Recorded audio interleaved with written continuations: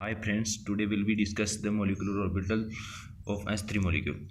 हम आज बात करेंगे S3 molecule के molecular orbital डायग्राम की। इसमें देखते हैं जैसे जैसे S2 के अंदर S2 में एटॉमिक लेवल पर इंटरेक्शन करके दो नए मोलिकुलर ऑर्बिटल बनते हैं।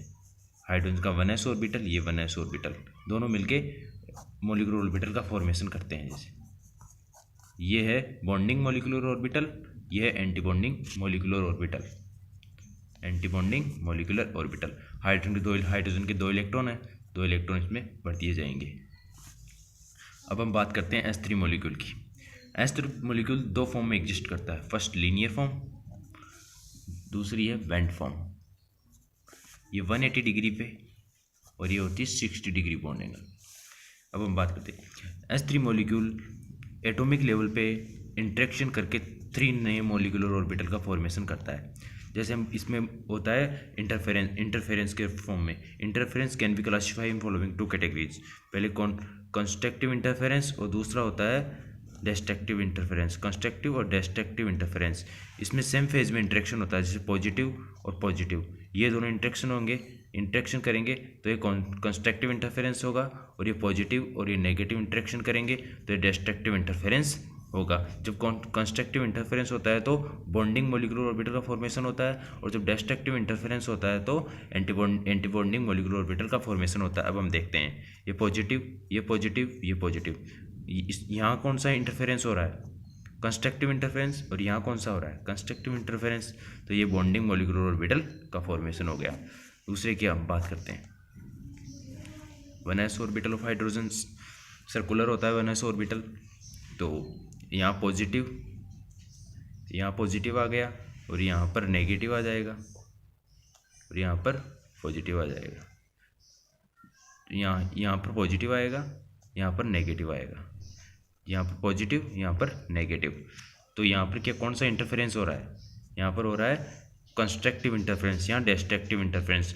अगर किसी भी इंटरेक्शन में कंस्ट्रक्टिव और डिस्ट्रक्टिव इंटरफेरेंस इक्वल नंबर में हो रहा है तो वो वहाँ पर नॉन बॉन्डिंग मोलिकुलर ऑर्बिटल का फॉर्मेशन होता है, नॉन बॉन्डिंग मोलिकुलर। अब अगली बार चलते हैं 1s ऑर्बिटल ऑफ हाइड्रोजन्स, यहाँ पॉजिटिव, नेगेटिव, ये पॉजिटिव। यहाँ पर कौन सा इंटरफेरेंस हो रहा है, डिस्ट्रक्टिव इंटरफेरेंस, यहाँ पर डिस्ट्रक्टिव इंटरफेरेंस। तो इसमें क्या होगा, डिस्ट्रक्टिव इंटरफेरेंस होता है तो कौन सा मोलिकुलर ऑर्बिटल का फॉर्मेशन होता है, that is anti bonding molecular orbital, anti bonding molecular orbital. अब हम बात करते हैं बेंट फॉर्म के अंदर क्या होता है, 60 डिग्री बॉन्ड एंगल पे S orbital 60 degree bond angle पे एग्जिस्ट करते हैं। 60 डिग्री, इनके मध्य बॉन्ड एंगल कितना है, 60 डिग्री। 60 डिग्री में क्या होता है, ये यहाँ पर पहले पॉजिटिव पॉजिटिव पॉजिटिव, ये constructive interference and constructive interference, all are the constructive interference. तो बॉन्डिंग मोलिकुलर ऑर्बिटल। ऊपर चलते हैं, यहाँ पे पॉजिटिव, नेगेटिव और पॉजिटिव। यहाँ पर कंस्ट्रक्टिव इंटरफेरेंस, यहाँ पर डिस्ट्रक्टिव इंटरफेरेंस, यहाँ पर डिस्ट्रक्टिव इंटरफेरेंस। और ऊपर वाले यहाँ नेगेटिव, यहाँ पॉजिटिव और यहाँ पर पॉजिटिव। तो यहाँ क्या है, कंस्ट्रक्टिव इंटरफेरेंस, यहाँ डिस्ट्रक्टिव इंटरफेरेंस, यहाँ पर डिस्ट्रक्टिव इंटरफेरेंस। इसमें डिस्ट्रक्टिव इंटरफेरेंस कितने हैं, 2, और कंस्ट्रक्टिव कितने हैं, 1। इसमें डिस्ट्रक्टिव इंटरफेरेंस कितने हैं, 2, इसमें भी कितने हैं, 1। तो और दोनों क्या है, इक्वल होते हैं, बराबर इक्वल। तो इक्वल होने के कारण ये एक ही मोलिकुलर ऑर्बिटल का फॉर्मेशन हो जाता है। और यहाँ पर डिजनरेशन की होती है 2, तो इसकी एनर्जी यहाँ पर हो जाती है, इसकी यहाँ पर, और ये इसकी एनर्जी यहाँ, और इसकी एनर्जी यहाँ। अब इन दोनों में अगर कंपेयर करें हम, इसके लीनियर के बॉन्डिंग मोलिकुलर ऑर्बिटल में और बेंट के बॉन्डिंग मोलिकुलर ऑर्बिटल के अंदर, यहाँ पर कंस्ट्रक्टिव इंटरफेरेंस की संख्या ज़्यादा है। The number of constructive interference will be increases, the stability will be increases. अगर स्टेबिलिटी किसी की इंक्रीज होती है तो एनर्जी उसकी घटती है। अगर इसकी एनर्जी इसमें कंस्ट्रक्टिव इंटरफेरेंस बढ़ रहा है, यानी स्टेबिलिटी बढ़ रही है, तो इसकी एनर्जी कम हो जाएगी then compare to linear bonding molecular orbital. तो इसकी एनर्जी यहाँ है, और इसकी एनर्जी दैट इज यहाँ, और ये यहाँ पर है, और इसकी एनर्जी यहाँ, और इसकी एनर्जी यहाँ। अब हम एनर्जी की बात करते हैं। तो इसको हम एक को sin1 दे दिया, sin2 दे दिया, और एक को sin3 दे दिया। जैसे अब बॉन्डिंग मोलिकुलर ऑर्बिटल की हम बात करें, बॉन्डिंग मोलिकुलर ऑर्बिटल की, तो इसकी बॉन्डिंग मॉलिक्यूलर ऑर्बिटल एनर्जी क्या है, अल्फा प्लस √2 बीटा, और नॉन बॉन्डिंग की एनर्जी क्या है, अल्फा, और इसकी एंटी बॉन्डिंग की एनर्जी क्या है, alpha minus √2 beta. According to the quantum mechanics the energy will be consider as. अब इसमें आते हैं, अब ये और ये एनर्जी लेवल, ये अब इसकी एनर्जी लेवल, बैंड की एनर्जी लेवल यहाँ पर और यहाँ पर है। अब कई बार क्वेश्चन पूछा जाता है नेट गेट में, mostly NET GATE, TIFR etcetera, एक S3 पॉजिटिव के बारे में, एक S3 नेगेटिव के बारे में, एक नॉर्मल S3 के बारे में। हम बात करते हैं इन तीनों के बारे में। मोस्ट कॉमन एग्जांपल ये इसके हैं। तो इसमें क्या होगा, पहले S3 की बात करते हैं। S3 मॉलिक्यूल के अंदर कौन सी ज्योमेट्री स्टेबल करेगी। S3 मॉलिक्यूल देखिए, S3 के अंदर कितने इलेक्ट्रॉन है, S3 के अंदर 2 इलेक्ट्रॉन है। कितने इलेक्ट्रॉन है, 2 इलेक्ट्रॉन।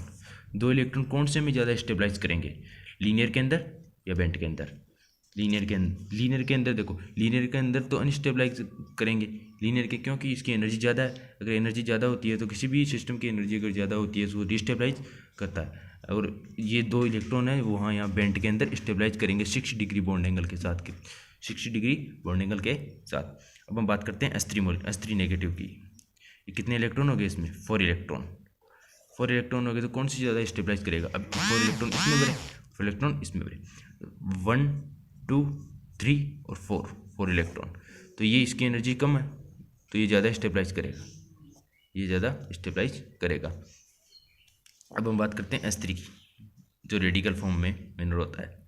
अब देखते हैं 1 2 और 3 ये linear is stabilize, but most of the common example S3 molecule in radical form.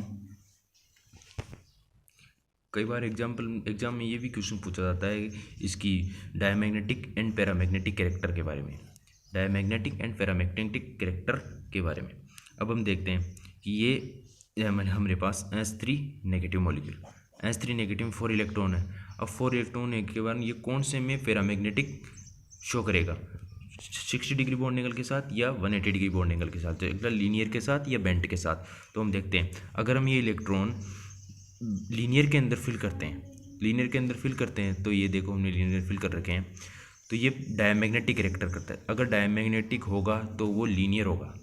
और अगर बात करते हैं पैरामैग्नेटिक, ये 2 इलेक्ट्रॉन यहाँ पर भर दिए हमने और 1 इलेक्ट्रॉन डिजनरेशन होने के कारण पहले इसमें भरे जाए, दैट इज पैरामैग्नेटिक कैरेक्टर। इसके आधार पर हम पैरामैग्नेटिक एंड डायमैग्नेटिक को कंसिडर कर सकते हैं। Thank you.